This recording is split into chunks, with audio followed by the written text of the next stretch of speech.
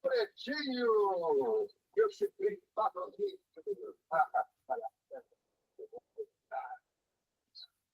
Eu te falei, nada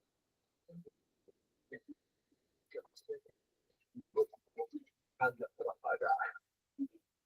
Dinheiro sério, não tem lembrando.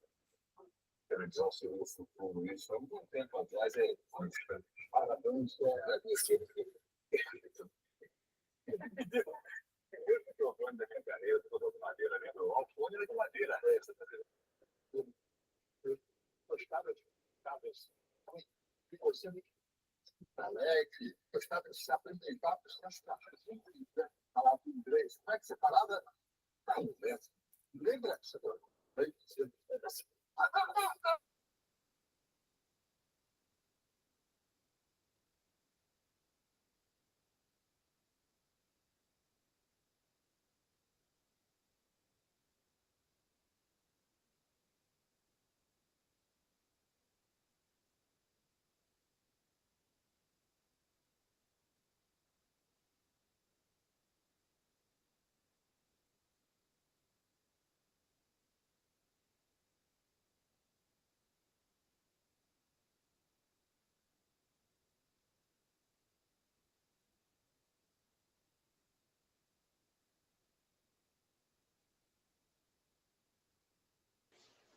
Boa noite, pessoal. Vamos aguardar mais alguns minutinhos, aí começamos, tá bom? Esperar um pouco mais para as pessoas entrarem.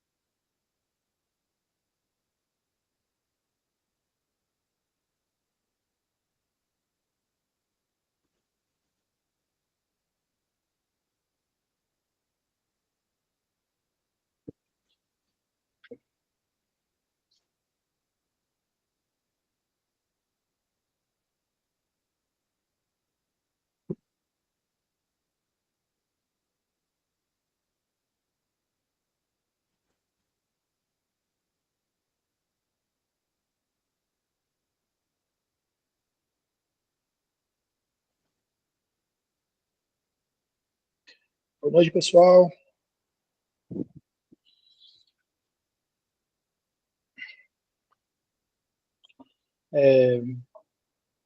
Acho que enquanto a gente tem esses 5 minutinhos aí para começar, a gente pode tirar algumas dúvidas sobre as atividades, né, que vocês já estão perguntando aqui no chat. Eu enviei agora, no fim do dia, modelozinho lá do Canva, né? Que aí vocês podem recapitular, pode seguir por esse modelo de preencher lá, caso vocês queiram, mas também vocês podem enviar no formato do Word. Então, apenas colocando ali, por exemplo, proposta de valor, aí embaixo você escreve, então como se fosse um documento em texto mesmo. Quem não fez, tem mais esse prazo para poder fazer, né? Tenta fazer até quarta-feira, porque de fato essa é uma atividade muito importante assim para a formação do curso, porque ela ela condensa, né, todos essas discussões que nós tivemos, todos esses conteúdos, e de fato o curso tem o propósito de ser prático, né, de nós testarmos e aprimorarmos algumas habilidades práticas. Então, quem não fez, tem esse tempinho a mais para poder fazer, e aí, se vocês tiverem alguma dúvida em relação a algum ponto, também fico à disposição. Vocês podem enviar no grupo, mas também vocês podem, caso não queiram enviar no grupo, podem também encaminhar pelo meu WhatsApp privado, porque quem sentir a vontade de enviar no grupo. O modelo, sobre quem perguntou, respondendo a pergunta da Raquel, ele foi enviado no grupo. Eu vou copiar de novo aqui. Ó. Pega o modelo, Canva, para resposta da atividade número 3. Prontinho. E aí, voltando a dizer, vocês podem fazer tanto no formato do Canva, quanto vocês podem também fazer no documento simples, ali, só preenchendo as informações. Teve um aluno que enviou, que foi muito legal, e aí eu posso... aí fica também uma possibilidade de vocês responderem. Vamos começar nossa aula de hoje? Acho que já foi 8 minutinhos, né? E aí a gente ganha tempo para poder falar sobre o assunto de hoje. Realmente eu convido vocês, quem tiver disponibilidade e vontade de ligar a câmera, fica à vontade, também de fazer qualquer pergunta e comentário pelo áudio, tá bom? Nós vamos conversar hoje, na nossa quarta aula, sobre comércio justo e precificação. E aí, só para a gente recapitular o que nós conversamos na aula passada, que falamos sobre muita coisa, né? Nós conversamos sobre a importância de criar um planejamento estratégico. Então, vimos aquele modelo Canva. Algumas pessoas ficaram com dúvida, eu notei, Canva é diferente do Canva do site, né? O site Canva, onde você pode criar designs lá para as redes sociais, enfim. Esse nome Canva, ele foi dado antes, ele diz respeito de um modelo de visualização fácil, né? Que você condensa as informações num modelo só. Então, quando nós falamos de Canva, de planejamento estratégico, ele é diferente, ele não está dizendo a mesma coisa do Canva, o site, né? Mas você pode também usar o site Canva para poder criar o seu Canva de planejamento estratégico. Entenderam a diferença entre um e outro? Então, nós conversamos sobre esse Canva e conversamos também sobre o modelo de análise fofa, né? Que também serve para a gente elaborar e ter uma análise do nosso modelo de negócio, onde a gente percebe as forças, oportunidades, fraquezas e ameaças. Uma letrinha para cada para cada uma dessas palavras, né? Então, aqui só recapitulando o que é esse modelo Canva, né? É um modelo onde a gente consegue definir a proposta de valor, as atividades principais necessárias para a criação do nosso negócio, os recursos que são necessários para essas atividades acontecerem, as parcerias possíveis, né? Os possíveis atores que podem nos ajudar de alguma forma, a estrutura de custos necessária, relacionamento com o cliente, aí aqui a segmentação com clientes, o relacionamento com esses clientes, os canais de venda e, por fim, as fontes de receita, que é a maneira como a gente vai vender e capitalizar, né? Então, isso foi discutido na aula passada. Se vocês ficaram com alguma dúvida além disso, pode também comentar. Isso aqui é bem importante para as noções gerais do que a gente está trabalhando. E aí depois também nós vimos essa análise, né, como já comentamos, que é essa ferramenta que nos permite entender mais o nosso negócio, né, perceber quais são as forças, o que nós podemos explorar, né, os potenciais. Também nos permite ver as fraquezas, então aquilo que nós podemos aprimorar, ou muitas vezes adaptar o nosso negócio para ele se desenvolver mesmo com as fraquezas. E as ameaças, então, aquilo que pode vir a prejudicar o negócio de alguma maneira, e as oportunidades que são aquelas possibilidades que ainda não foram desenvolvidas, mas que podem vir a ser. Então, é uma análise simples, uma ferramenta facilitada, mas que é muito útil, né, para ter uma visão sistêmica e geral do negócio. Vocês conseguiram fazer a atividade? Quem não conseguiu ainda, eu estava dizendo aqui anteriormente, né, no início, alguns resultados depois, que vocês podem fazer ainda, só que não deixem de fazer, porque é muito importante, né? Então, preencha tanto o seu Canva do modelo de negócio, quanto a sua análise. E aí, para hoje, então, nós vamos começar um pouquinho da conversa sobre comércio justo, né? Estamos falando sobre negócios de impacto social, e enquanto negócio de impacto social, nós conversamos naquela primeira aula que ele obedece a um tripé, né? O tripé ambiental, o tripé social e o tripé econômico. E o comércio justo, ele se intercala com esses três segmentos também, né? Então, através do comércio justo, nós entendemos um modelo econômico que busca garantir que os produtores, que os trabalhadores, eles recebam de maneira justa, que eles tenham condições de trabalho, que eles respeitem, e que o negócio ele respeite práticas sustentáveis, né, tanto para produzir quanto para comercializar os produtos. Então, o que a gente percebe que tem a ver com o ponto de vista social, o ponto de vista econômico, e também o ponto de vista ambiental. E os princípios do comércio justo, eles servem para poder nortear o negócio de impacto social, de modo que ele não se perca. É muito fácil com a pressão econômica, com a pressão social, que o negócio ele comece a flexibilizar princípios para conseguir uma margem de lucro, para poder conseguir sobreviver. Então, os princípios do comércio justo, eles servem para que o negócio não perca o propósito. Não sei se vocês se lembram, nós conversamos que uma característica principal de um negócio de impacto é o propósito. Então, para que esse propósito ele continue sendo respeitado, ele continue sendo real, os princípios do comércio justo estão aí para orientar. E para que o negócio não caia naquilo que nós conversamos da outra vez também, que foi greenwashing, né? Que essa palavrinha em inglês que significa, se formos traduzir ao pé da letra, lavagem verde, né? Que é como se as empresas elas comunicassem que são sustentáveis sem, na verdade, serem. E aí, então, elas acabam por utilizar isso apenas para vender mais, para serem marcas mais socialmente aceitas e cumprirem princípios de ESG, quando, na verdade, elas não são, e isso é apenas uma maquiagem, né? Então, os princípios de comércio justo servem para poder orientar e verificar se as empresas, de fato, estão seguindo.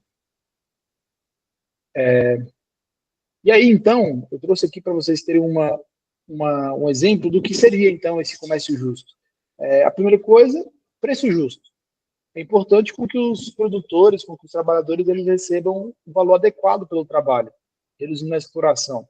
Então, no artesanato, para voltar ao exemplo que nós estamos seguindo desde o início, né, a lista das cooperativas do artesanato, isso é muito importante, porque muitas vezes a condição de trabalho em relação ao artesanato ela é subvalorizada, no sentido de que as peças demoram muito tempo para serem produzidas e elas são comercializadas por um valor abaixo do valor adequado.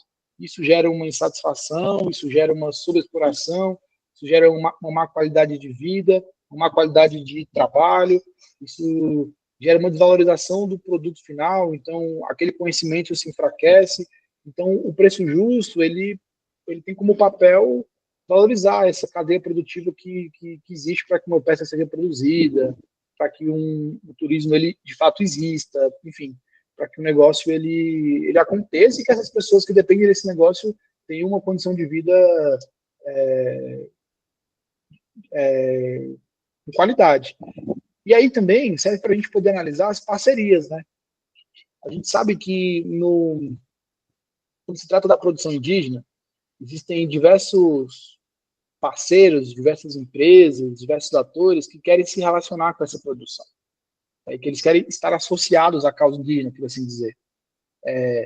E aí, ter uma noção de comércio justo serve para que a própria comunidade entenda se ela quer ter aquele parceiro. Se aquele parceiro ele não quer apenas, naquele momento, se apropriar de uma causa, se ele quer apenas colocar a logo dele no lado do povo, se ele quer apenas se apropriar de um valor para lucrar mais, para vender mais, sem a intenção de que essa parceria seja duradoura, sem a intenção de construir um relacionamento que vá ser um relacionamento ganha-ganha, que toda a comunidade seja beneficiada quanto esse parceiro. Então, o comércio justo serve também para poder tentar orientar esse tipo de relacionamento. E eu trago para vocês um exemplo que eu queria saber se vocês conhecem, que é o Origens Brasil, que é um selo de certificação para o comércio justo, né, de empresas que querem se relacionar com povos indígenas. E uma das caracterizações que o Origens do Brasil faz é a respeito dessa relação duradoura. Bom, quer fazer uma compra só e depois fazer durante os próximos anos uma comunicação de que você apoia povos indígenas, apoia causas socioambientais, sendo que você participou uma vez só. Então, ele garante que esse relacionamento ele aconteça de maneira permanente, sob critérios éticos, com uma transparência devida. Então, quando nós falamos de comércio justo, nós estamos nos referindo à cadeia de produção na base, né? Então, a relação de produção, quanto também essa relação institucional, com os parceiros que querem fazer parte dessa rede, dessa cadeia produtiva. Falamos também sobre sustentabilidade ambiental. Então, é um modelo econômico que incentiva, que colabora, que potencializa práticas ecológicas que combatem o desmatamento, que combatem o desperdício, de modo que é muito importante que essas empresas elas não sejam coerentes no seu discurso, ou que mesmo as próprias comunidades não sejam incoerentes no seu discurso. Então, isso não pode ser apenas uma teoria, mas tem que ser uma prática. Falamos também sobre empoderamento dos produtores, e por empoderamento, a gente pode dizer o fortalecimento da autonomia, o fortalecimento dos conhecimentos tradicionais, a geração de renda. Eu comentei com vocês no início do curso que eu atualmente tenho trabalhado também com o povo Panará, né? A gente está estruturando a cadeia produtiva juntamente com a associação Iaquio, e aí tem surgido a discussão sobre a abertura de conta, né, para as mulheres, porque a compra do artesanato fica apenas à mercê do dinheiro, né, o dinheiro físico, só que com a conta esse acesso à renda fica facilitado, as mulheres podem receber o Pix. Então, essa parte do empoderamento passa também por isso, passa por acesso à renda, passa por acesso à informação. Então, quando se viabiliza a renda, é necessário que a renda também chegue com informação, para que os artesãos não se dividem, que eles não que eles saibam como utilizar o dinheiro, como se planejar financeiramente, que eles entendam por que eles estão sendo precificados, remunerados, no valor do preço do produto daquela maneira. Então é necessário que a renda ela seja acompanhada da informação, da educação financeira e de outros fatores. E por isso a gente entende então empoderamento, que vai então passa pela valorização desse conhecimento, pela valorização desse saber, pela comunicação positiva do trabalho que eles têm realizado. Então, por exemplo, é muito importante que quem está na parte de gestão de uma cooperativa, de um artesanato, ele comunique, por exemplo, quem fez aquela peça. Então, você tem essa transparência, essa rastreabilidade, né? Então, você comprar um produto e aquele produto vir acompanhado do nome de quem fez, para que aquela pessoa, aquele trabalho seja valorizado, aquela pessoa seja reconhecida. Então, tudo isso passa também por esses princípios de comércio justo. E aí também a gente pode entender por isso o apoio à cultura local. A gente sabe que hoje atualmente existe um comércio fora do Brasil de peças de sites que importam e que importam isso com preço muito muito baixo, né? Que é difícil para quem está na base superar. Por exemplo, a gente fala da indústria da moda, que tem a Shein, né? Que peças baratíssimas, ou o AliExpress, e passa por uma necessidade das instituições locais valorizar essa produção comunitária local, no sentido de que existem conhecimentos, existem técnicas artesanais que, se elas não forem valorizadas, se elas não forem empoderadas, se elas não forem viabilizadas, elas vão se perder. Então, o comércio justo, aí nós podemos pensar ele através desses princípios. Tem alguma dúvida até aqui? Tem algum comentário, algum acréscimo sobre o que seria o comércio justo?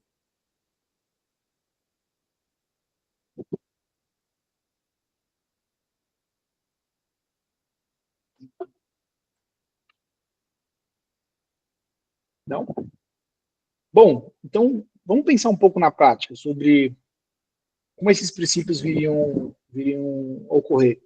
Suponhamos que vocês estejam numa feira, que vocês estão tanto com a produção artesanal da família de vocês ou da comunidade, daí algum cliente, alguém chega para poder saber mais informações, e ele discute o preço, né? Então ele fala, mas está muito caro, é só artesanato.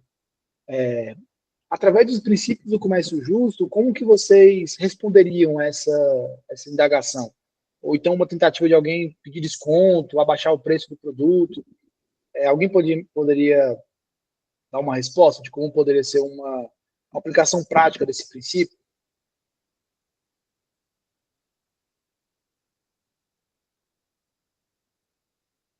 Podem responder tanto no áudio ou pelo chat.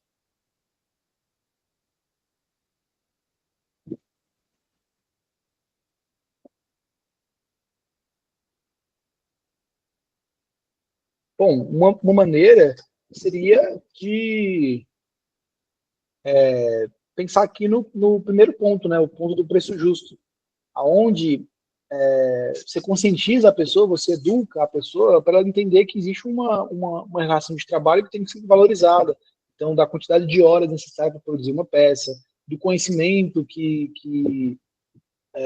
está associado àquela produção, do grupo familiar que depende daquela peça para poder ter acesso à renda.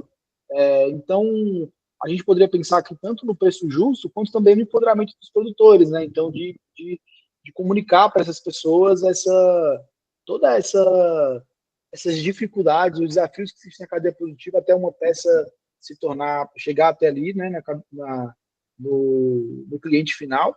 E, naturalmente, o cliente ele se educa, ele entende que aquele preço é o preço justo, de fato, né, que não está caro, que, na verdade, ele não está levando uma coisa qualquer, mas uma coisa com valor cultural associado, com um impacto socioambiental que é viabilizado através daquela produção. Então, da manualidade que existe por trás, como a Viviane trouxe. Então, o comércio justo ele serve para poder orientar toda essa relação de produção. E como a comunidade está educada sobre isso, ela trabalha com um nível de consciência maior, ela trabalha com um nível de valorização do próprio trabalho maior. Então, esse aqui é um tema muito importante para vocês trabalharem nos negócios de vocês ou trabalharem com a comunidade, porque faz com que as pessoas trabalhem com um nível de felicidade, um nível de valorização do próprio trabalho maior. e faz com que também você se associe a projetos, a parceiros, a clientes que valorizem esse tipo de prática. Naturalmente, quando você se posiciona dessa maneira, você afasta atores que não trabalham dessa maneira, sabe? Que preferem ir por outros caminhos. Então, seguindo aqui, então nós falamos sobre o comércio justo, mas como precificar corretamente para o comércio justo? Eu sempre percebo que existe uma dificuldade enorme de precificar o artesanato, né? Porque o artesanato ele tem tanto uma questão de precificação da matéria-prima, quanto da hora de trabalho, que muitas vezes ela é extensa, quanto ao o valor imaterial, né, o valor cultural que está associado a essa produção, e que é muito difícil de você, de você dar um valor a isso, de você colocar isso na ponta do lápis. Então, diga no chat que vocês têm dificuldade em precificar o artesanato? Vocês conhecem alguém que tem dificuldade de precificar o artesanato? Essa impressão que eu tenho, ela é real?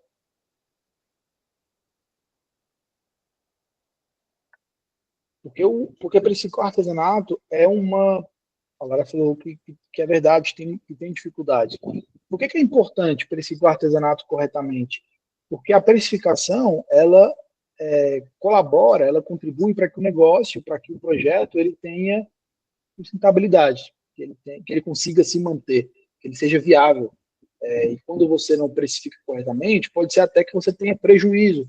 Você venda um produto por um preço que não cobre os custos necessários para essa produção. Então, precificar é importante para a sustentabilidade do negócio. Ele é importante, em segundo lugar, pela valorização do trabalho, como nós vimos ali anteriormente. O preço justo garante que os artesãos, que vocês, enquanto artesãos, ou vocês, enquanto gestores, seja devidamente remunerado pelo trabalho de vocês. Então, ele também contribui para uma concorrência no mercado. Se você que você pode errar tanto por precificar abaixo do valor, e aí você vai ter uma produção que não gera a receita necessária, quanto você também pode errar na precificação acima, de você colocar um valor que está acima do valor de mercado. E aí, naturalmente, as pessoas vão comprar de quem o valor tá mais próximo da realidade. Então, precificar corretamente serve para você equilibrar, de modo que você trabalhe de um jeito correto, com uma remuneração suficiente para a produção se manter, quanto para que o cliente possa acessar o seu produto. Então, ele cumpre ali os dois critérios, né? Então, o critério para o seu lado e o critério para o lado do cliente. E aí, eu preparei aqui para vocês um modelo de como fazer uma precificação. Esse é um modelo simplificado, porque existem formas mais complexas, custos mais difíceis da gente tangibilizar aqui para poder fazer essa precificação. Só que eu trouxe esse que, quando aplicado, já vai dar para vocês uma noção de se o preço de vocês está adequado, se pode melhorar, se está acima. Então, como que funciona essa fórmula aqui? A gente tem três pontos aqui em cima, né? O custo do produto, ou custo do serviço, que basicamente é o que é necessário para esse produto ser produzido. Então, vamos supor que você tenha uma pulseira de miçangas. Bom, o custo seria a miçanga, o custo seria a linha, e talvez eu não sei se você usa a linha de anzol ou a linha de nylon, ou pode ser uma fibra natural, né? E o custo é a sua hora de trabalho, então o seu próprio trabalho. Então a gente falou aqui sobre o custo do produto, o valor do tempo de trabalho. E aí um outro número que vai entrar na precificação é a margem de lucro. Porque o tempo do trabalho é apenas o que você precisa para poder produzir, né? É o seu custo ali de mão de obra. E o lucro é o necessário para o seu negócio crescer, para você comprar, ao invés de um pacote de miçanga, daqui 3 meses você ter dinheiro suficiente para comprar 3 pacotes de miçanga. E aí, naturalmente, você vai poder produzir mais, você poder investir numa embalagem. você poder produzir, investir num celular para fotografar melhor. Então, o lucro é necessário para o seu negócio crescer. Então, o preço final, se nós olharmos aqui para essa parte de baixo da informação, seria o preço final é igual ao custo dos materiais, mais o custo da mão de obra, os custos operacionais, e aí você fecha o parênteses, mais a margem de lucro. E aí isso daria um preço. Sei que é difícil de visualizar, então preparei um exemplo para vocês verem. Vê se está próximo da realidade, se eu acertei aqui no exemplo, né? Então, aqui seria um exemplo de um custo para produzir uma pulseira de miçangas. Eu separei o valor aqui, que seria a quantidade de miçangas para uma pulseira, né? Então, eu fiz a pesquisa do mercado, eu vi que um pacote de miçanga médio ali, tamanho 0,9, ele custa 140 reais, e com saco é possível fazer 10 pulseiras. Então, eu dividi esse valor por 10, e aí eu vi que se gasta de miçanga 14 reais para fazer uma pulseira. Mais a linha, mais a embalagem, coloquei ali aproximadamente 5 reais. E aí eu conversei com uma artesã Camaiurá, para entender quanto tempo que ela demorava para poder produzir uma pulseira. E ela me disse que demora, em média, 2 horas e... Aqui 3 horas, né? 2 horas e 16 3 horas. Vou corrigir aqui posteriormente. Então, ela demora 2,6 horas para produzir uma pulseira. E aí, se nós formos dividir ali um valor de uma renda média, de um pouco mais que um salário mínimo, daria 30 reais por hora para ela poder produzir uma pulseira. Então, se nós formos multiplicar o valor da hora vezes o valor da hora vezes a quantidade de horas necessárias, daria um valor de 78 reais para fazer uma pulseira, né? É escrito uma miçanga. Uma pulseira de miçangas. Tá difícil até aqui? Todos entenderam? Sei que quando entra matemática fica mais difícil, né? Mas tá ok? Legal, então. Se alguém tiver dúvida, posso pedir que a gente volte, passo atrás, vai explicando detalhe por detalhe. Não tenha vergonha nem medo. Então, seria R$ 78 aqui no custo da mão de obra para poder produzir uma pulseira. E aí eu coloquei uma taxa aqui de um custo operacional de R$ 5, que seria a maquininha, né? O que você paga para maquininha, ou às vezes uma outra taxa, a taxa de um site, enfim. E aí, a gente pensou numa margem de lucro de 20%. Vai sim, tá, Liviane? Vão ser disponibilizados sim. E, na verdade, depois do curso, vai ter um e-book com todas essas informações bem explicadas para vocês. Só que eu já vou, inclusive, preparar esses slides dessas 4 aulas para enviar para vocês terem acesso. E aí, se você pensar, então, uma margem de lucro de 20%, lembra que eu falei que o lucro é o a mais, é para o seu negócio crescer, é para você reinvestir no seu negócio? Percebe que tem duas, você está ganhando aqui no custo da hora de trabalho e também no lucro. Então, qual seria a fórmula aqui, né? Seria, os 14 reais do custo da matéria-prima, né? Aqui da miçanga, os 5 reais da linha, da embalagem, da linha, enfim, outro material que você utiliza, o custo de produção, R$ 76 reais, mais o custo operacional, a taxa, soma tudo isso, mais 20%, dá R$ 120 reais. Então, esse seria o preço final recomendado. Por que recomendado? Porque se você a vender abaixo disso, está tendo prejuízo.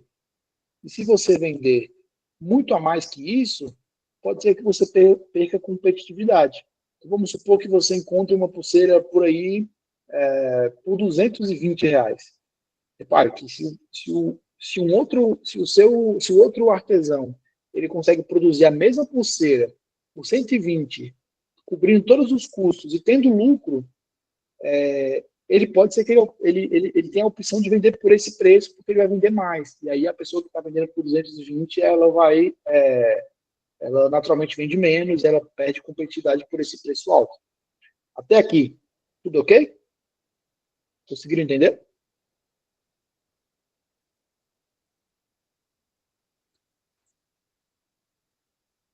Quem não entendeu? Já que todo mundo fala que entendeu, quem não entendeu?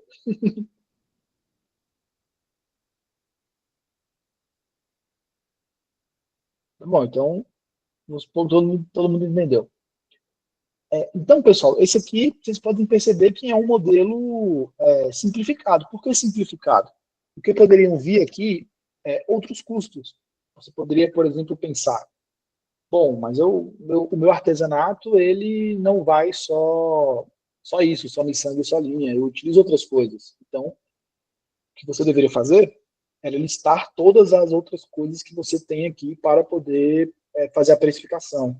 Então, você poderia, por exemplo, colocar aqui o frete, teria um custo.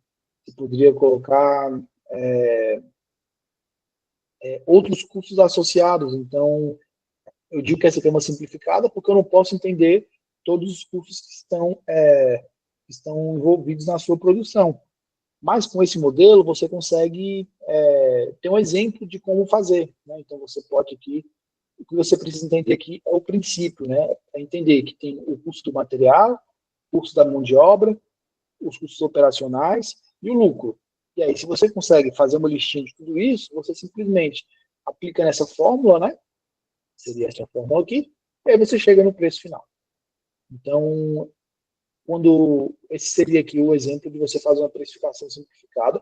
E eu trouxe esse exemplo porque toda os casos do que eu trabalhei até então, ele foi suficiente para poder gerar um valor, mas se você perceber que ele não está sendo, você pode procurar, pode tirar a dúvida que a gente tenta auxiliar você nessa precificação. Eu queria agora tentar pegar um exemplo de vocês prático, para a gente fazer uma precificação aqui, como nós fizemos na outra aula ao vivo, para a gente sanar dúvidas que eventualmente possam surgir. Alguém se voluntariaria para poder falar um produto que vocês produzem e a gente conversar sobre como fazer a precificação?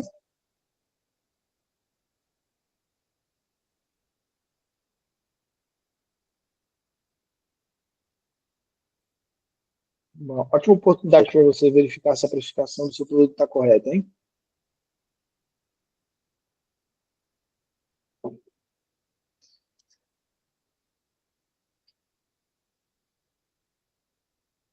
Tem alguém? Não? Vamos seguir? Tá bom. E aí, uma outra coisa que pode auxiliar vocês para precificar são algumas perguntas que você pode fazer para o seu próprio negócio, sabe? Você pode fazer essa pergunta para entender mais sobre ele. Por exemplo, uma das coisas que é fundamental é você fazer pesquisa de mercado. Então, você entender. Você fez todo esse passo a passo aqui do slide anterior, né? Você chegou no valor e você percebeu que o preço final ali é R$ 120. E aí você vai e faz uma pesquisa de mercado. Bom, você vai no ATL, né? E aí, no ATL, você passa na banquinha dos parentes, você começa a perguntar o preço. E aí você percebe que, na verdade, eles estão vendendo a pulseira de miçanga por R$ 150. E só você está vendendo por 120. Então, você pode subir o seu preço ali para 140, por exemplo, você vai estar ganhando R$ 20 a mais do que estava ganhando antes, e ainda assim você está com competitividade para poder vender em relação aos outros artesãos. Então, isso, por exemplo, seria uma pesquisa de mercado simples. Ou então você pode fazer pesquisa de mercado pela internet, você pode entrar nos sites e ver quanto que o mesmo produto está sendo comercializado. Então, isso seria uma pesquisa de mercado simples, né?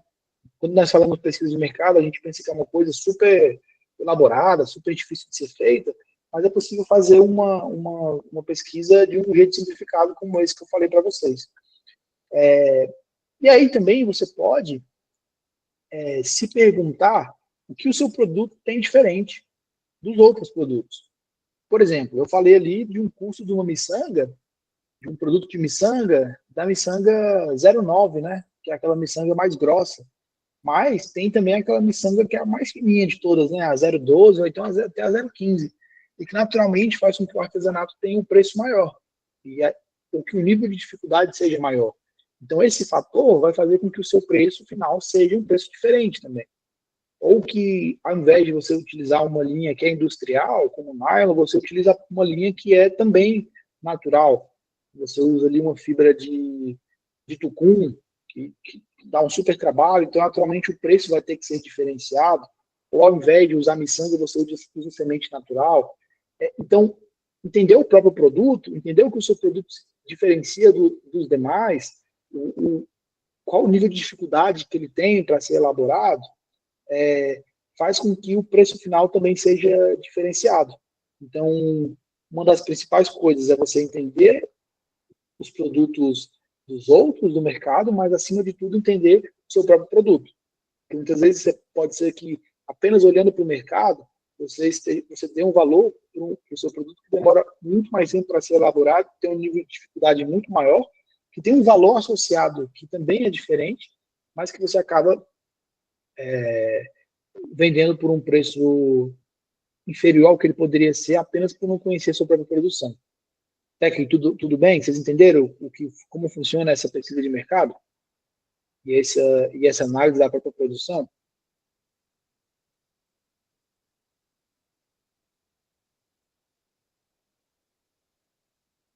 Tudo bem? Alguma dúvida?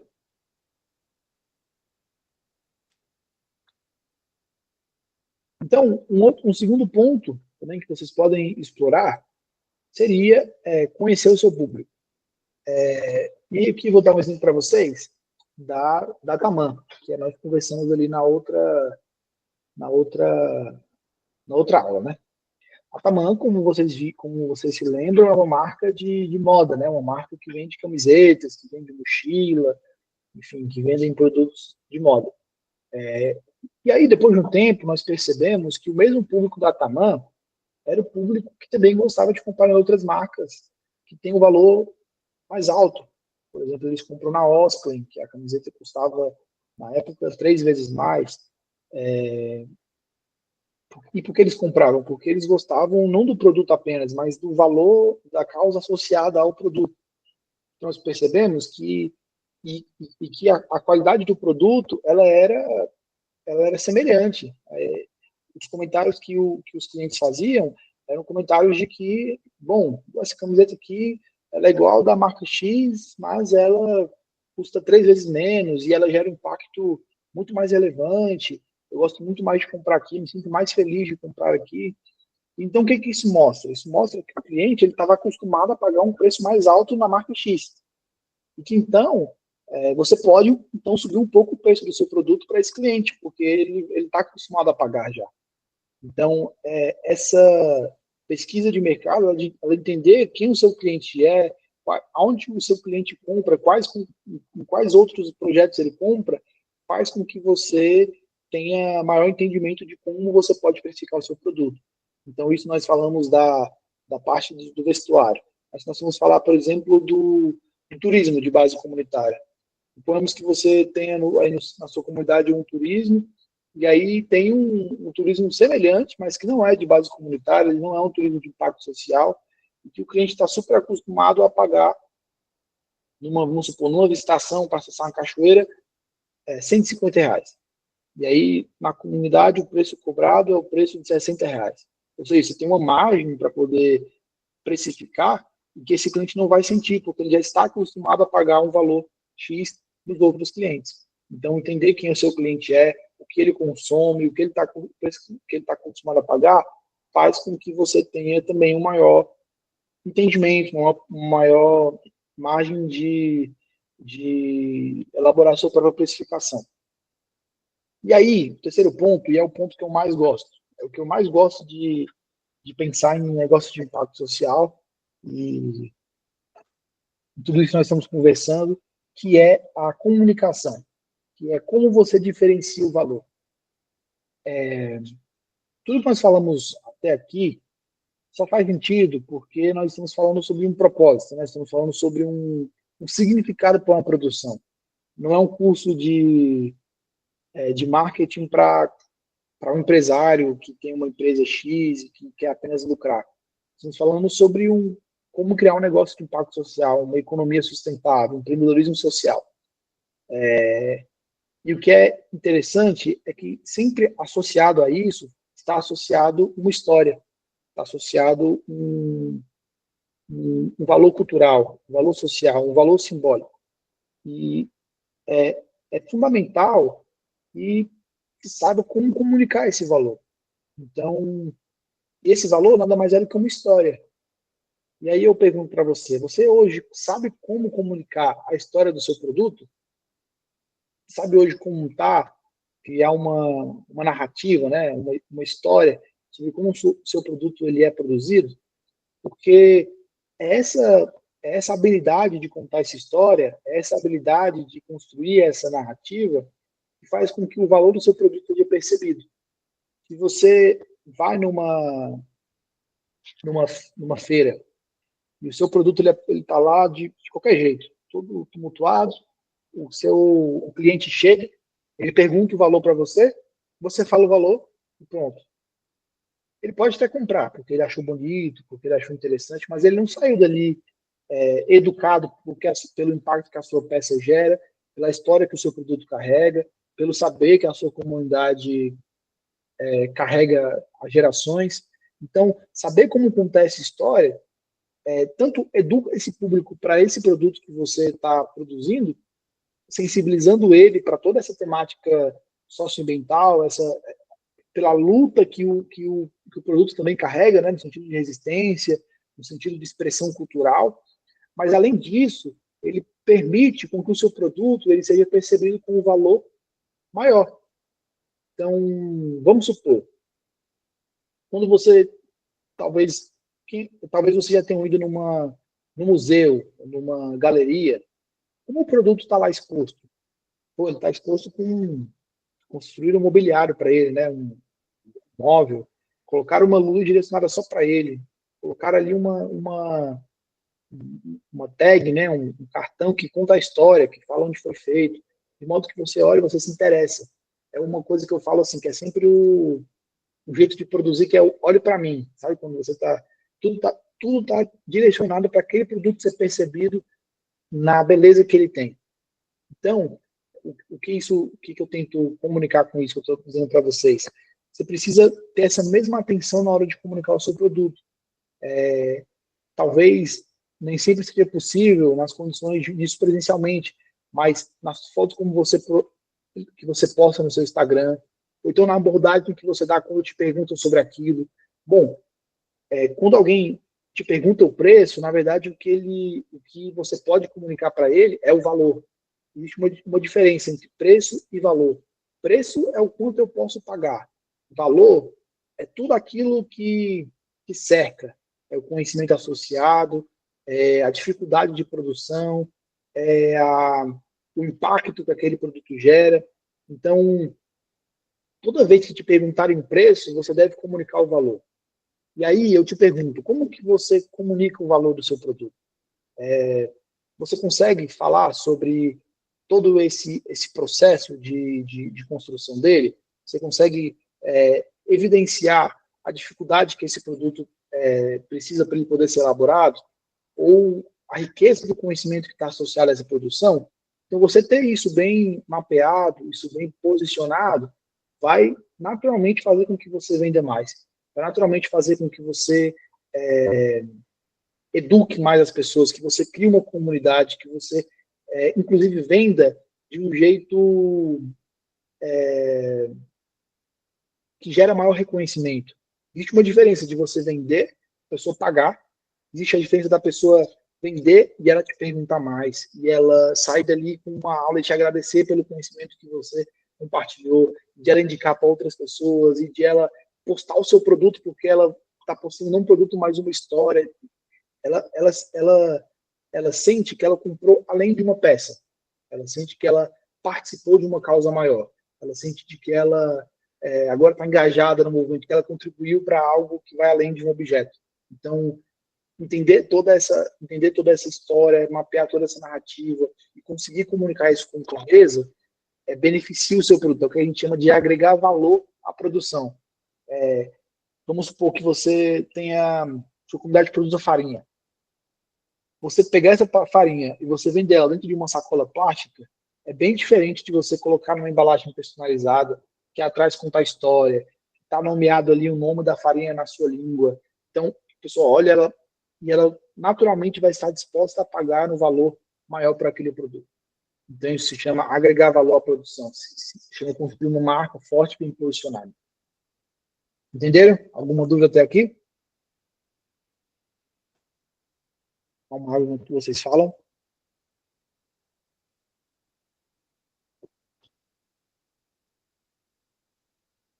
E aí, deixa eu perguntar para vocês. Atualmente, já existem, vocês já presenciaram ou conhecem alguma forma de agregar valor à produção indígena? Quem pode me dizer aí no chat?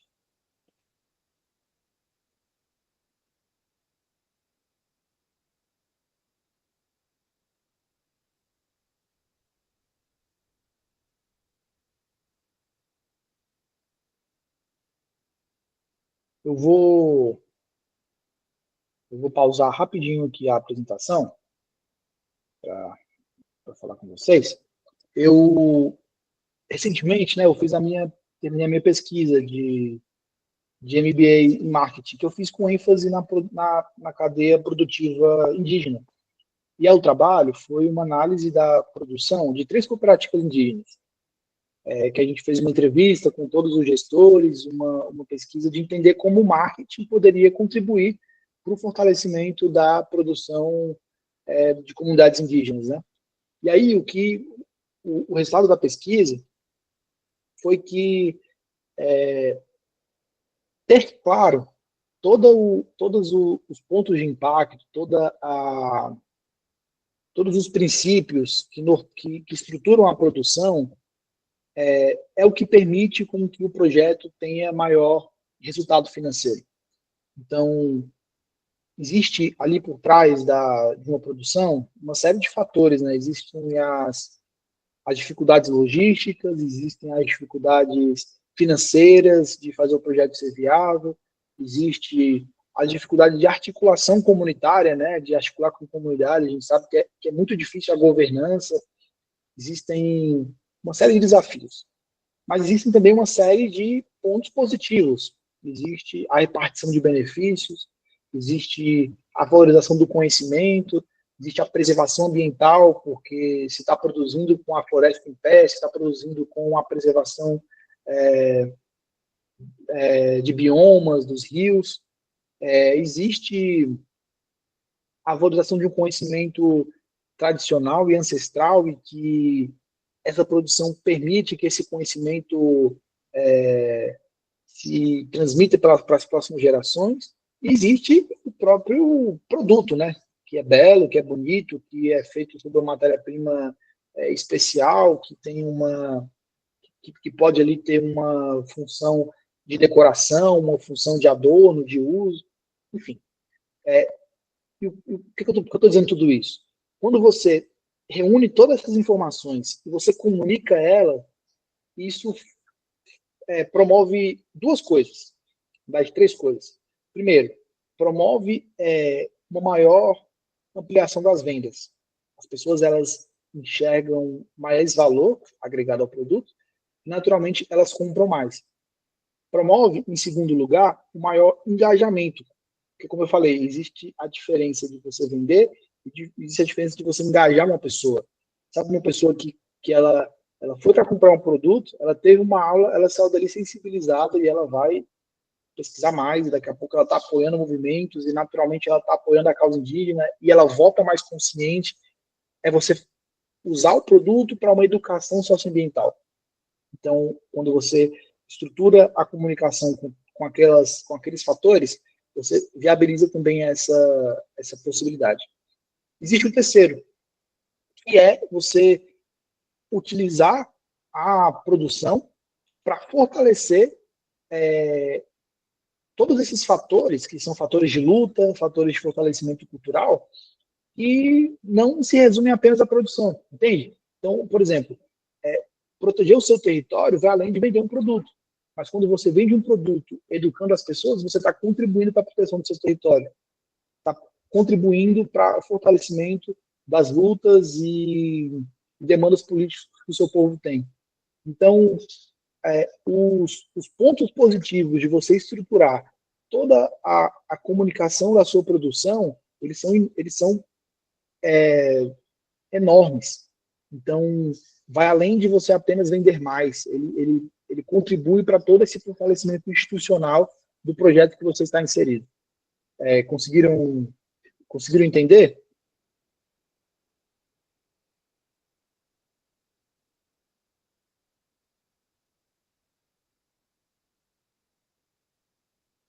Legal. Então, vou voltar aqui para a telinha.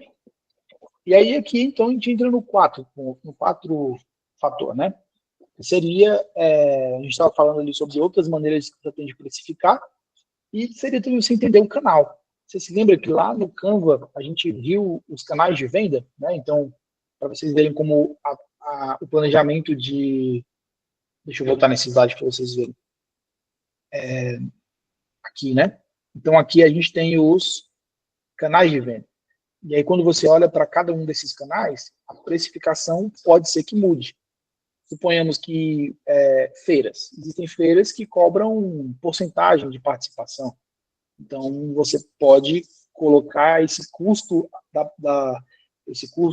dessa porcentagem no seu produto, na precificação, de modo que você não perca dinheiro. Então, você equilibra as contas. Na loja física, a precificação muda, porque você tem outros custos, né? Ali surge o custo de aluguel, surge o custo da luz, surge o custo da internet, enfim. Então, aqui surgem outros custos. Você, por exemplo, vender no site, vai ter um custo da taxa de processamento do pedido no site, vai ter o custo da embalagem, vai ter o frete. Então, entender também aonde você está vendendo é fundamental para você ter uma precificação correta. Precisa entender quais são os custos que estão associados a esse canal de venda para que você não perca recursos nessa precificação. Tudo bem? Vocês... Aqui também, muito importante essa parte. Então, como eu trouxe aqui no exemplo, né? Então, a loja física, o marketplace tem comissão, então, naturalmente, o preço de venda tem que ser maior. Um outro ponto também é que, por exemplo, a venda no atacado, como nós dissemos, né? A venda no atacado necessita de que você tenha uma precificação que dá também uma possibilidade de lucro para o revendedor. Mas como eu precifico, então, no atacado, sem perder o meu próprio lucro? Qual é o valor que eu preciso chegar para que ele saia ganhando, mas que eu também não perca, que eu também ganhe? Então, entender esse canal de venda é necessário para você ter uma precificação correta da sua produção. E aí, eu já adiantei, né, um pouco ali na fala deles, porque, como eu disse para vocês, eu fico empolgado quando falo desse tema, mas aqui a gente pode entrar para falar um pouco mais sobre a comunicação.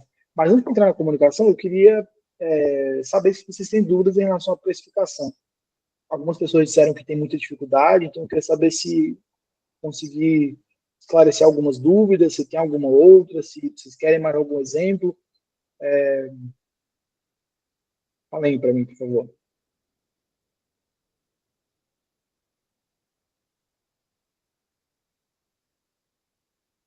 Alguma dúvida sobre precificação?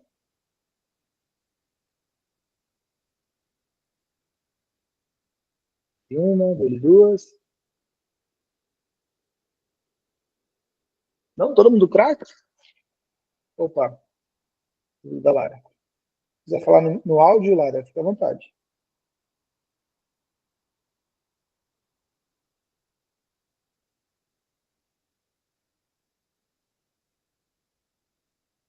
Dúvida?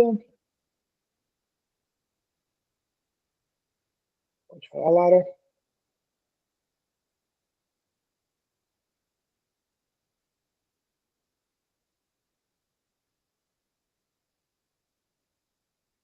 Então, eu vai digitando aí. Coloquei. Minha maior dificuldade é com a questão de que a maioria dos artesanatos que vendemos é para parentes. Muito boa essa dúvida, porque os parentes vão naturalmente comprar por um preço menor, né? Então, vamos voltar aqui na precificação.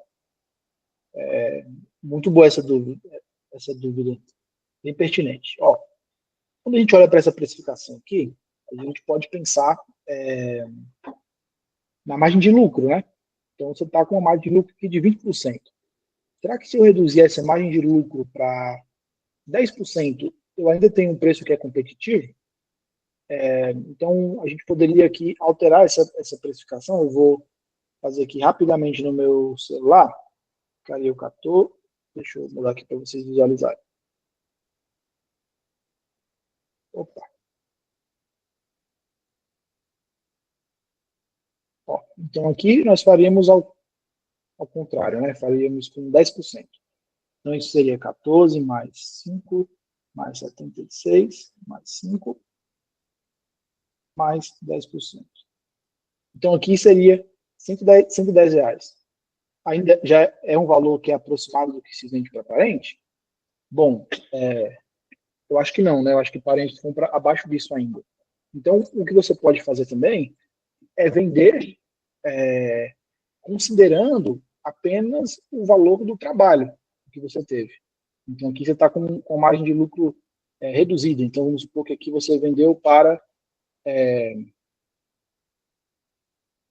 você trabalhou sem a margem de lucro e você vendeu apenas considerando o custo de trabalho que você teve, né? O custo da sua hora de trabalho. Então, isso ficou 14 mais 5, mais 76, mais 5. Então, aqui ficou R$ 100. Nessa precificação aqui, faria sentido, porque mesmo que ele compre, o parente está comprando por um valor que é mais barato, e você está garantindo que você não perdeu dinheiro, porque aqui você só não teve lucro, no sentido de que não teve o excedente, mas você já teve o custo da sua hora de trabalho viabilizado. Certo? Faz sentido? Então você pode, é uma questão mesmo de entendimento. Eu quero vender com lucro, eu posso, para esse cliente, eu posso tirar lucro, vender apenas pelo trabalho, pelo relacionamento com ele, porque também eu posso comprar uma peça dele por esse valor. Então, é por isso que é interessante você entender os custos, porque o que não poderia acontecer aqui, por exemplo, é você vender com um valor que você abaixe o valor da sua hora de trabalho. No sentido de que aqui você, ao invés de ganhar 30, você ganhou 20. Porque essa hora de trabalho, ela está condicionada ao seu custo de vida, ao quanto você precisa para poder viver. Então, como eu falei para vocês, eu fiz esse cálculo dessa hora de trabalho. Vamos supor que, deixa eu mostrar para vocês na calculadora. Apresentar. Tela cheia. Vai ficar tela infinita aí, mas só por um momento. Estão conseguindo ver a calculadora aqui? Tá vendo? Beleza. Então, vamos supor, o preço do... Vamos supor que você quer ganhar pelo menos um salário mínimo, né? Por mês. Você vai pegar o valor do salário mínimo, eu acredito que é que deva estar atualmente uns R$ 1.500. Deixa eu confirmar certinho. Salário mínimo 2025. 1.509. Quase acertei. Então, você vai pegar os 1.509 e vai dividir pela quantidade de dias que você vai trabalhar, né? Então, vamos supor que você trabalhe aí, você pode dividir direto por hora, né? Então, vamos supor que você trabalhe 8 horas vamos colocar 20 dias trabalhados, então seria R$ 75 por dia. Você vai trabalhar 4 horas por dia, vamos supor que é um trabalho a mais só. Então, o custo da sua hora de trabalho, para você produzir a pulseira, seria R$ 18. Então, esse custo aqui tem que estar na sua precificação. Aqui, né? Então, já está no 20 já aqui. Vamos deixar no 20 para o cálculo ficar mais fácil de fazer, não ficar com o número quebrado. Então, aqui, 20 vezes o 2,6, que é a quantidade de horas para produzir uma pulseira, seria R$ 52. Então, R$ 52, aqui vai ficar 52. Então, você faria 14, mais 5, mais 52, mais 5. 76. Então, vamos supor que você chegou nesse valor aqui. Lembra, não tem lucro aqui, né? Não tem 20%. esse valor aqui é o que você consegue ainda vender, ganhando o que você precisa para viver, né? O salário mínimo ali. E pensa um pouquinho, o salário mínimo aqui, nesse caso, ele é apenas uma referência, né? Não é um preço real. Pode ser que no seu, onde você vive, o salário mínimo não dê para nada. Então você tem que considerar o valor que você precisa, de fato, poder pagar as suas contas, pagar o que você precisa ter de custo. Então, esse aqui, deixa eu voltar na tela, seria o valor, 76, o valor que você teria para poder vender no mínimo. Então, vender abaixo disso, você não está ganhando, você está perdendo dinheiro. Pode ser que você não sobre de dinheiro no fim do mês para você comprar a miçanga novamente e outra pulseira. Pode ser que não sobre dinheiro para você pagar suas próprias contas. E aí a produção desestimula, você deixa de produzir, enfim. Então, a precificação serve para você ter esse parâmetro. Então, o que eu aconselho você a fazer? Entender qual o valor mínimo que você pode vender para poder pagar o que você precisa, comprar o seu produto. Pensa, o custo do produto, quando você vende, você tem que guardar para você comprar a miçanga novamente. Então, entender esse valor mínimo para você vender para o parente sem que você perca o que é do seu sustento, né? Ali pode ser até que o lucro você zere, mas o custo da mão de obra você não pode mexer nele porque senão você inviabiliza toda a produção. Entendeu? É aqui? Ficou claro? Ou então eu preciso explicar de outro jeitinho? Ah, legal. Então tá bom. Então, beleza. Deixa eu clicar aqui. E aí, então, a gente pode pensar aqui, então, sobre como melhorar a comunicação para vender mais. Porque essa comunicação, Lara, inclusive, ela possibilita que você venda mais para parente também. Que você fortaleça as suas vendas para todos os tipos de cliente. E aí, volto a dizer, inclusive lá que no nosso Canva, no nosso, no nosso Canva aqui de negócio, a gente pode aqui em segmentação de clientes colocar parente, né? É um cliente. Vamos colocar parente aqui. Por quê? Porque aí, parente, quando você coloca em segmento, você vai entender qual o relacionamento que eu tenho que ter com o parente. Qual vai ser a minha precificação para ele? Como que eu precifico para vender para ele? E como eu comunico essa precificação? Porque se ele é parente, ele também entende que existe custo na produção que é difícil, que não dá para baixar o preço mais do que aquilo. Então, entender todos os segmentos de cliente que você tem. E aí, então, vamos pensar aqui como melhorar a comunicação para vender mais. Eu já falei um pouco sobre isso, mas é algo que é bem necessário. Eu estava dizendo para vocês que as pessoas compram histórias, não apenas produtos. Então, quando você compartilha a origem do produto, o impacto ambiental ou social cria uma conexão emocional com o cliente. Eu vou, enquanto eu vou procurar um vídeo para vocês verem aqui, rapidamente, porque é muito interessante sobre isso. Sobretudo o não indígena, ele, ele se preocupa muito com a história que o produto carrega. Então, saber como comunicar isso permite com que ele entenda e ele associe, né, todo o conhecimento por trás do produto, a história que existe por trás dele. Vou colocar um vídeo para vocês verem aqui, mostrar como a repercussão foi grande. Ó, um vídeo no Instagram. Deixa eu botar para sair o áudio. Aqui eu vou apresentar o colar. Vocês estão vendo e ouvindo? Tá. Então, vou colocar para vocês verem aqui. Vou atualizar para ele de novo. Etnia Marubo, da terra indígena Vale do Javari, no extremo oeste do Amazonas. Aqui eu vou apresentar o colar que as nossas artesãs fazem. A gente, quando vai para a cidade, a gente compra shampoo e leva para a aldeia. Só que para não descartar, como a gente achou os potinhos de shampoo muito bonito, a gente começou a cortar e fazer artesanatos dela. E por isso que ela é colorida assim, desse jeito. E para não descartar o restinho, a gente aproveita, as mulheres mais velhas elas derretem e colocam num cabo de um teçado velho, que já está sem cabo, aí serve de cabo. Oi, meu... Bom, é um vídeo bem simples, né? Não é um vídeo complexo. Deixa eu colocar para vocês. Olha quanto engajamento teve. Ó.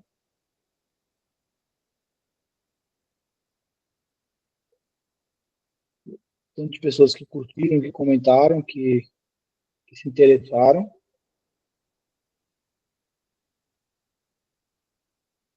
Ó, pessoas perguntando o valor, como faço para adquirir. Tem até pessoas aqui que ficaram sem resposta, porque os colares, eles esgotaram no mesmo dia.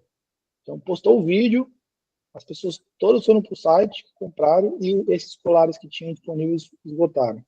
Então, diversos comentários, aqui, e aqui nós podemos ver vou tirar o zoom todo.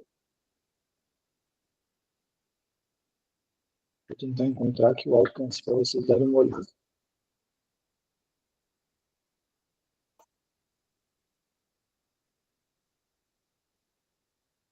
Ó, esse número aqui do lado, ele mostra quantas pessoas viram o vídeo, né? Então, vejam, 9.710 pessoas viram o vídeo.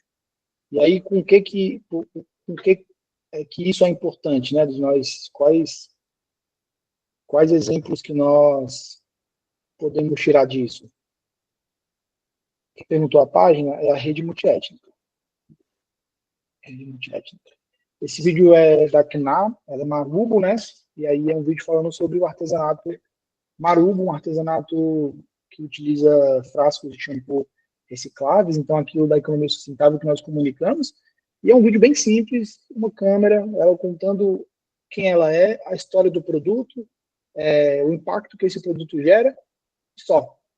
E aí as pessoas se conectaram com a história. Então, nossa, que legal a produção, nossa, que trabalho bonito. E o produto foi vendido de uma maneira muito rápida. Então, isso aqui reforça essa ideia de que as pessoas querem comprar a história, não os produtos. Se eu postasse apenas o produto, o engajamento não seria o mesmo, a repercussão não seria a mesma, mas quando eu conto a história, eu mostro quem fez, eu apresento o produto associado de tudo isso, a repercussão ela é muito maior. Então, com apenas um vídeo, foi contada uma história, eu falo de um impacto ambiental e foi criada uma conexão emocional com o cliente. E aí, com isso, a venda naturalmente foi maior.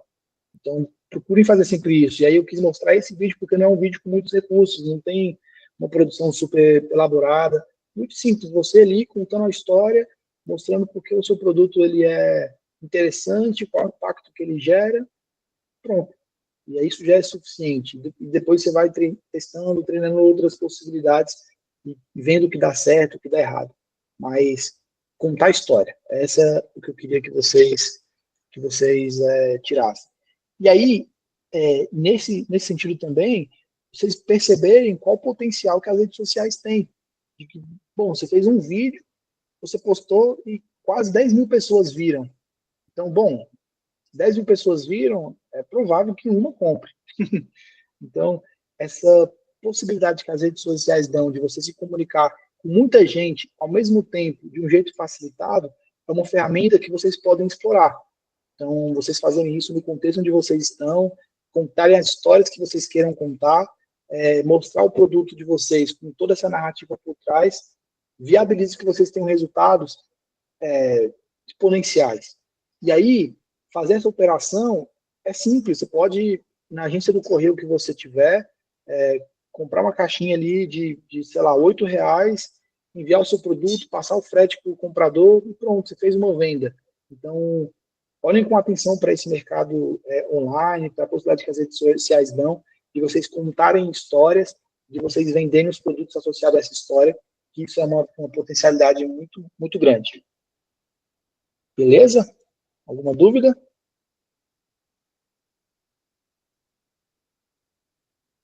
E aí, então, eu trouxe aqui um simples exemplo, né, de como vocês podem criar essa narrativa. Eu sei que eu tô me delongando nesse assunto, mas que eu acho que é muito importante para vocês aplicarem, né? Então, elementos de uma boa narrativa, o que nós podemos considerar que comunicam esse produto com todos esses atributos que ele tem? Primeiro, origem. Então, onde e como ele é feito? Bom, a territorialidade é muito importante de você comunicar. De onde vem esse produto? Qual história ele carrega? Quem é o povo que fez?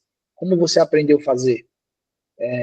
Como ele é feito? Então, qual o trabalho que você que existe por trás?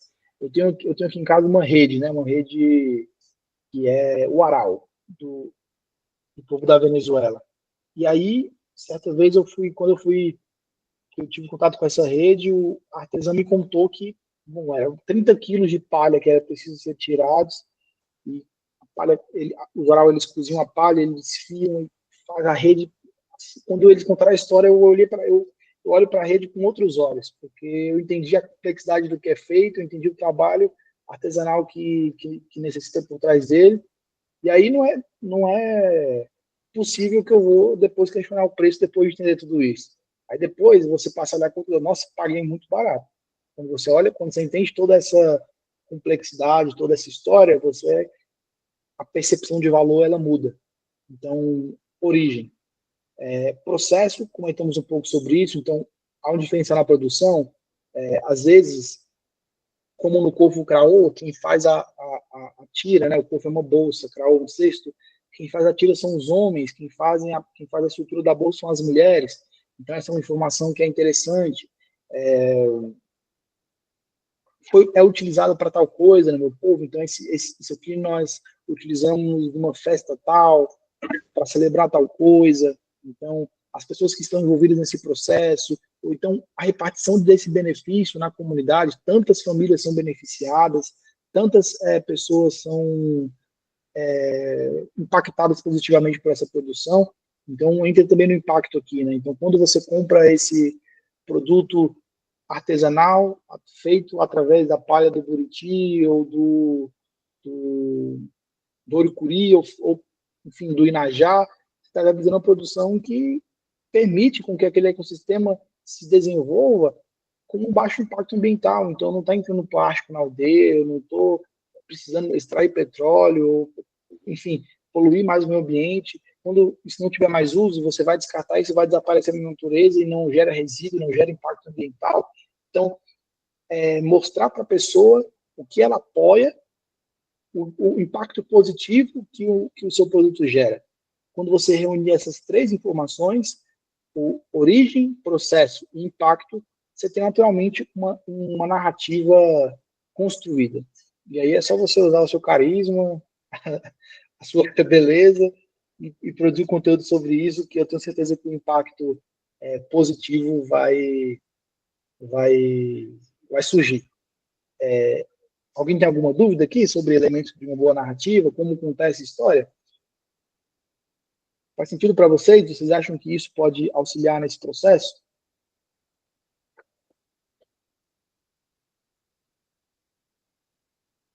Legal. Eu queria fazer uma pergunta que eu deveria ter feito antes para vocês. Quem de vocês aqui é artesão? Manda um joinha aí.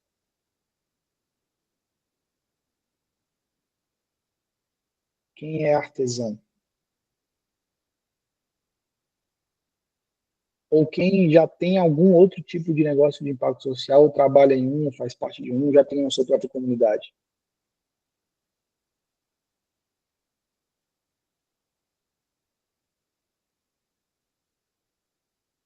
Ara, Márcia,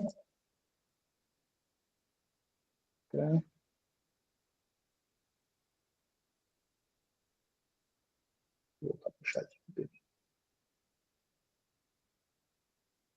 Iniciando como artesão, tá bom? Legal. E os outros não, então.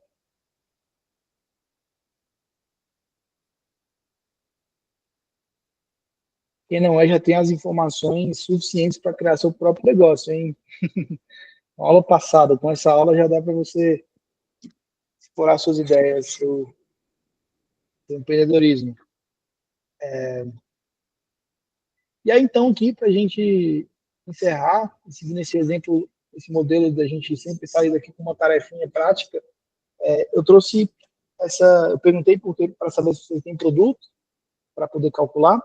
Então, a ideia é que vocês possam calcular o preço do produto de vocês e criar uma narrativa para vender. Se você não tem um produto, se você não é um artesão, eu tenho certeza que você conhece alguém que é. Você tem na sua família, ou no seu ciclo, na sua comunidade, alguém que é artesão, ou você pode fazer isso aqui para um outro projeto, um projeto de agricultura familiar, funciona da mesma maneira, você pode calcular o preço do mesmo jeito. Isso aqui se aplica tanto para o artesanato, quanto para o turismo, quanto para a agricultura. Então, fica como uma tarefa, um desafio, você escolher o produto ou serviço, listar todos os custos envolvidos. Então, bom, para produzir a farinha eu preciso da semente, eu preciso da, da lenha, preciso todos os custos necessários. E aí você coloca isso na lista de custos, você define o valor para a mão de obra. Então, o valor da mão de obra ele vem de uma realidade, então quanto você precisa ali para poder ter todos os seus custos contemplados, você aplicar aquela fórmula da precificação que nós vimos ali no slide anterior, que eu vou enviar para vocês no grupo, e aí você fazer uma análise se a precificação atual de como esse projeto, de como esse produto tem sido precificado, ela está atendendo às expectativas. Se ela supre, se ela está além, se ela está abaixo, quais seriam os ajustes possíveis. E aí, no fim de tudo isso, você criar uma narrativa para vender esse produto. Então, essa narrativa seria muito interessante se você fizesse em vídeo. Então, você gravasse ali um videozinho falando, meu produto é esse, é como se fosse um pitch de vendas. Você já viu Shark Tank, que vai lá vender o seu produto para os investidores? Seria como se você fosse fazer isso. Assim. Imagina que você está vendendo o seu produto e está contando a história dele. Então, seria para você criar essa narrativa. Quem sentir a vontade de fazer isso em vídeo, seria muito legal.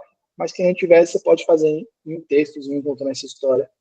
E aí, essa vai ser a tarefa dessa aula de cá.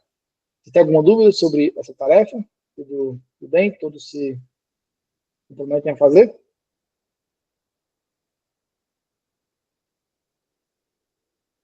Legal, então. A gente, então, volta na quarta-feira. Amanhã temos a nossa atividade, vai ser a aula de amanhã. Você desenvolver essa atividade. E na quarta-feira, 7 da noite, a gente volta, a gente vai ter a participação da Denise, que vai trazer ali o case do projeto de negócio de impacto social com povos indígenas que ela faz parte, que é a Cabruca, que trabalha com artesanato terena, Cadwell, no Mato Grosso do Sul. E aí a ideia é que vocês tenham também uma visão na prática, né, de como foi esse processo de criar esse projeto, de quais são os desafios, como que ela tem trabalhado, como que ela errou, como que ela acertou. Então, prepare as perguntas de vocês, a Denise vai vir, vai compartilhar um pouco, e aí a gente se encontra então na quarta-feira. Vocês têm alguma dúvida?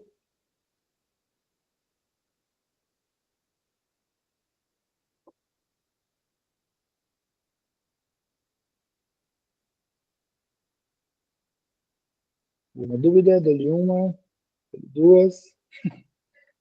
Então, beleza. Se tiver alguma dúvida também, se vocês quiserem mandar pelo WhatsApp, o número está ali no grupo. Fiquem à vontade, tá? Me coloco à disposição para a gente conversar. E é isso. Boa noite para vocês. Bom descanso. Nos encontramos na quarta-feira e façam uma atividade. Um abraço, pessoal. Boa noite. Boa noite, professor. Com Deus. Boa noite.